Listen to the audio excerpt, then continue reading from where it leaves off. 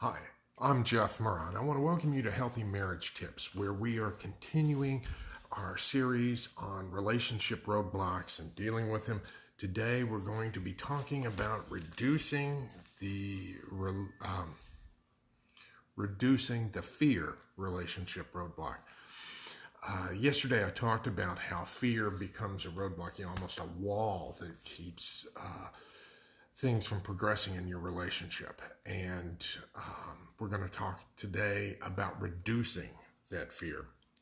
Well, first of all, I think it's important that I use the word reducing rather than eliminate, because I think there are times that we need fear. We need a little bit of fear.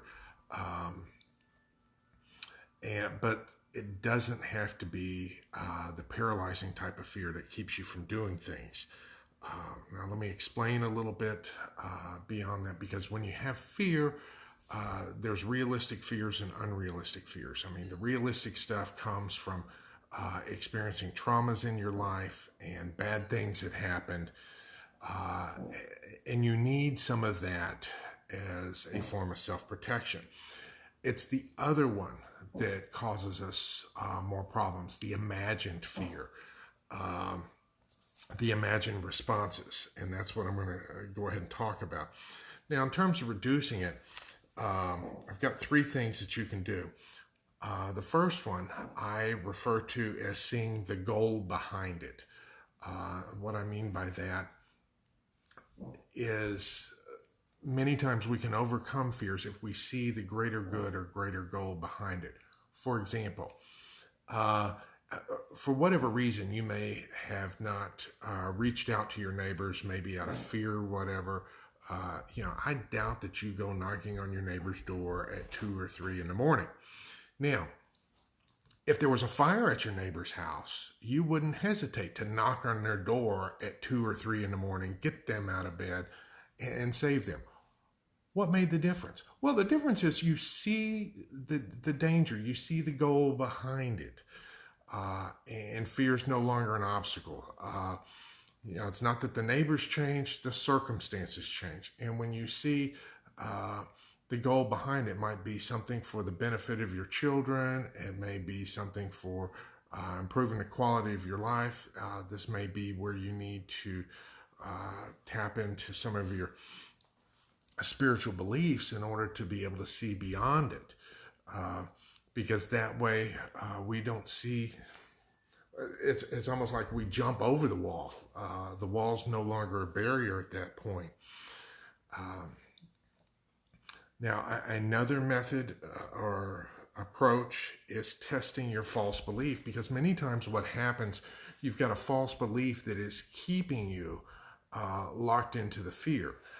And there are ways of testing it. Well, I can't go out there like that. People will think I'm ugly or whatever. You may have to ask, find some way of testing it to see if people really think or believe a certain way. You may have told yourself, well, I can't work on the plumbing because, I mess it up every time. Well, when you look at the facts, have you really messed things up every time you've touched them, every time you've followed through? Test it, because a lot of times what happens, we start making some false assumptions and we never bother testing them to see if they are really valid. We just act like they're true, even though we don't know for sure. And the third one is to look at what is rather than what if, because a lot of times fear has you starting to see situations that really aren't there. You imagine hearing people say things that they really didn't say. And in order to get past that, you've got to look at what do you actually see? What do you actually encounter? For instance, when you get pulled over by a police officer, what did the officer actually say? And what did you suppose that they were thinking and what was going on in their mind? Because those things that you suppose that they were thinking, that has you all scared and freaked out. It's not so much what they are actually doing.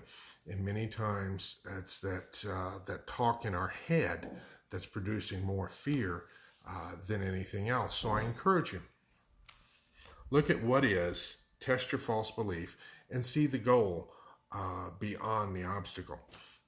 Those are 3 strategies for starting to reduce your fear. They're strategies that take time and practice. It's not one of these things you're going to be able to do it one time and get it over with. It's going to be practicing and mastering it, and you'll start to see your fear levels reducing. Start putting this into your relationships, and I think you'll be amazed at some of the changes that you see taking place. So until next time, this is Jeff Murrah wishing you best regards. Goodbye.